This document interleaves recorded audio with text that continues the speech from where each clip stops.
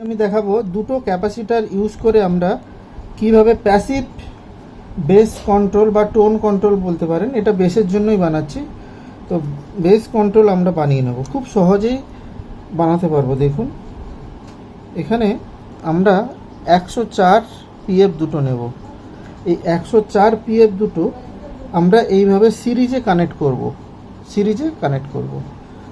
তো এইখানে আপনাদের বলে দিই, সমস্ত কিছু টোন কন্ট্রোল যত আছে সেগুলো কিন্তু আমরা পিএফ আর রেজিস্ট্যান্স দিয়ে করি। আর এর সাথে আমরা এই 47K একটা রেজিস্ট্যান্স নেব।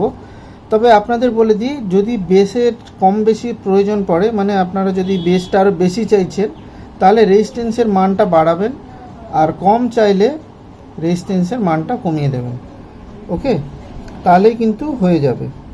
আর এখানে আমরা দুটো, এই যে 104 পিএফ নিয়েছি, দুটো পিএফ এইভাবে সিরিজে কানেক্ট করব।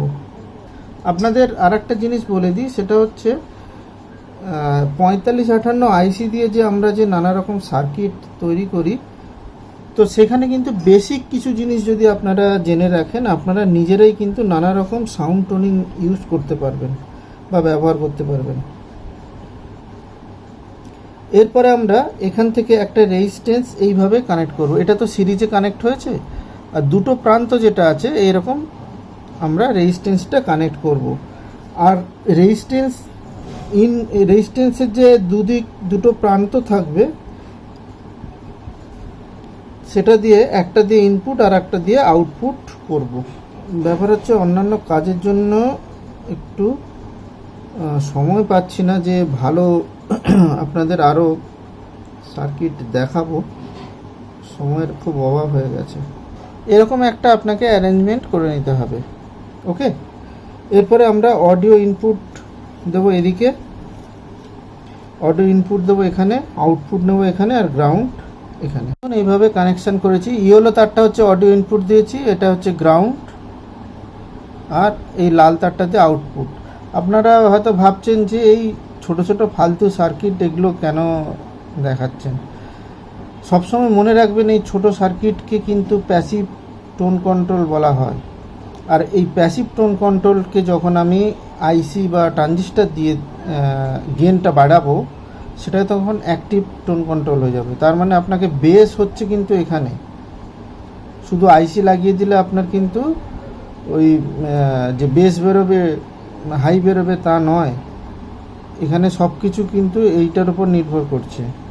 ওকে, তো সব কিছু কিন্তু শেখার জিনিস আছে। এই ছোট্ট জিনিসে যদি আমি একটা 4558 আইসি দিয়ে দিই, সিঙ্গেল সাপ্লাই গেন বুস্টার এর সাথে কানেক্ট করি, এর বেস কোয়ালিটি অন্য জায়গায় চলে যাবে। বুঝতে পেরেছেন? তো সেগুলো কিন্তু একটু মাথায় রাখবেন।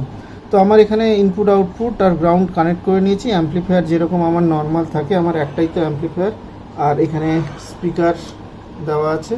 এটা পুরো কিন্তু বেস আছে। হ্যাঁ, সাউন্ড তো কম হবে, সাউন্ড কম হওয়ার জন্যই আমরা কিন্তু ওখানে আইসি বা ট্রানজিস্টার ইউজ করছি ওর গেনটাকে বাড়ানোর জন্য। ওকে, কিন্তু এখানে কিন্তু শুধু বেসই পাবেন। দেখুন বেসটা দেখুন।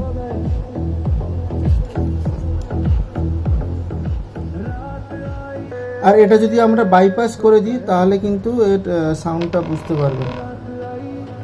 তো এটা একটা ছোট্ট একটা সার্কিট আপনাদের দেখালাম। এরপরে আপনারা এইটার পরে একটা গেন বুস্টার ইউজ করতে পারেন। এইটা পরেও করতে পারেন, আগেও করতে পারেন।